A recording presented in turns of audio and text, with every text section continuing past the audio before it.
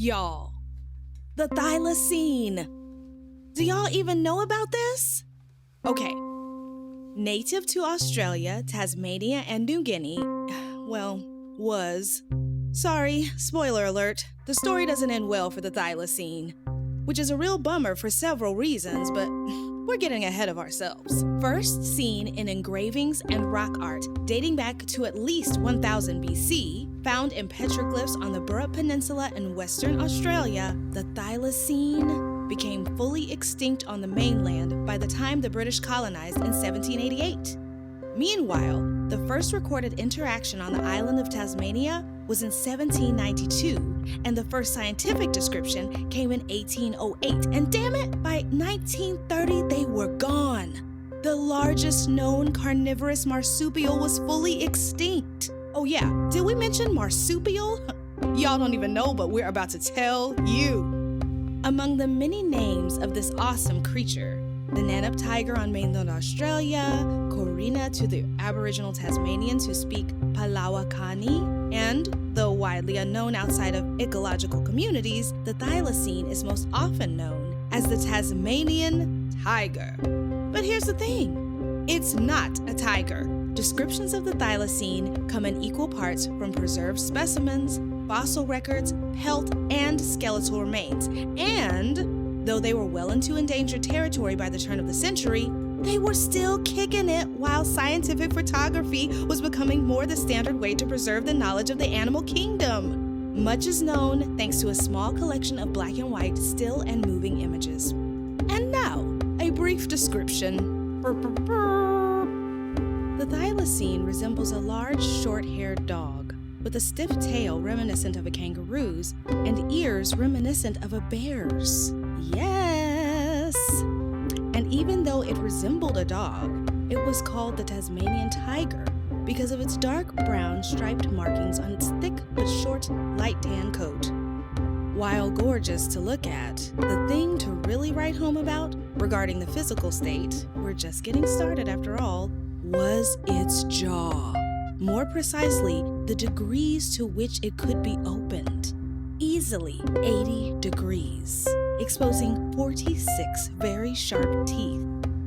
The female thylacine had a pouch with 4 teats, but unlike other marsupials, the pouch opened to the rear of its body.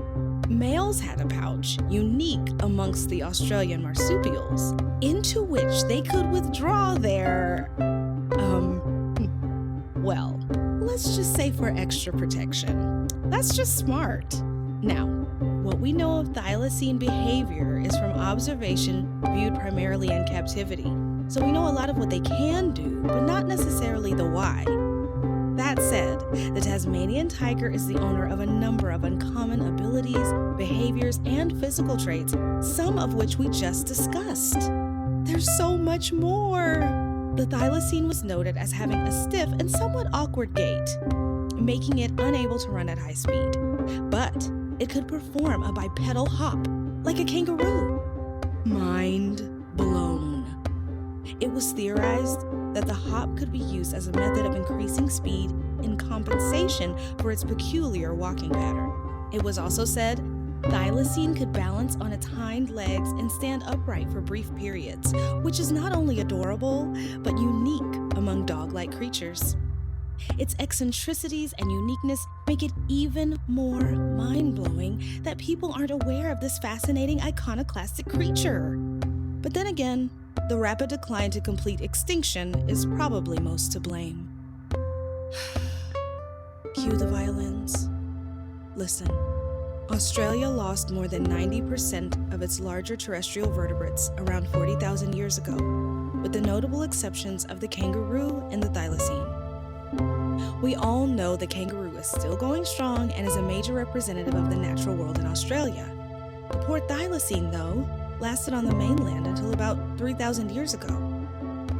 It was said that perhaps the introduction of wild dogs onto the mainland caused food competition that led to their inevitable demise, but some scientists retort that the true cause, as is often the case, was intense human population growth and technological advances, which always cause an abrupt change in the climate. When are we gonna learn? Leading to the ultimate demise of really cool shit. Here's the consolation. On the island state of Tasmania, the newly named Tasmanian tiger survived well into the 1930s. At the time of the first European settlement, yes, the colonizers again, they ruin everything. The heaviest concentrations of thylacines were in the northeast, northwest, and North Midland regions of the island. They were rarely sighted during this time, but slowly began to be blamed for the numerous attacks on sheep. This led to the introduction of bounties on thylacine from as early as 1830. Between 1888 and 1909, the Tasmanian government paid £1 per head for dead adult thylacines and 10 shillings for pups. I cannot. In all, they paid out over 2,000 bounties, but it is thought that many more thylacines were killed than were claimed. Thylacine extinction is popularly attributed to these relentless efforts by farmers and bounty hunters. The final thylacine to be killed in the wild was shot in 1930 by one Wilf Batty, a farmer who believed the animal had been pillaging its coops. Several thylacines were kept in captivity in an effort to share the miraculous animal with the world. Thylacines were also among the first recipients of concentrated conservation efforts. But sadly, it was too little too late. Tasmanian tigers were officially protected by the Tasmanian government for only 59 days before the final one died in captivity.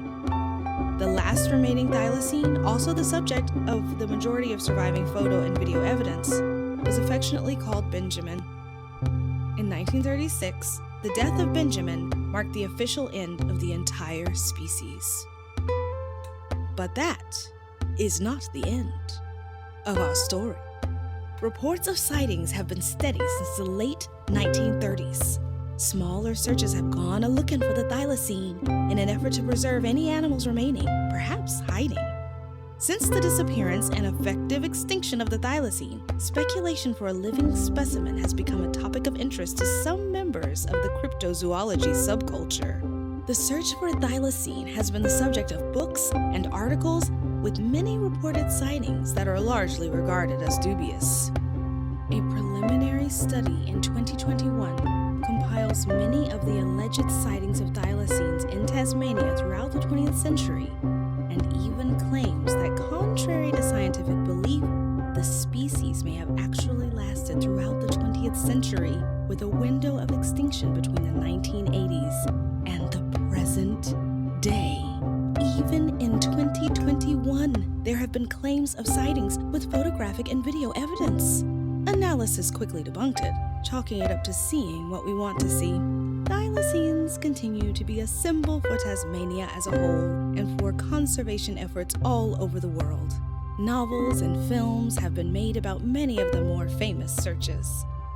They feature on the Tasmanian coat of arms as supporters, and are the focus of a very popular option for the redesigned Tasmanian flag.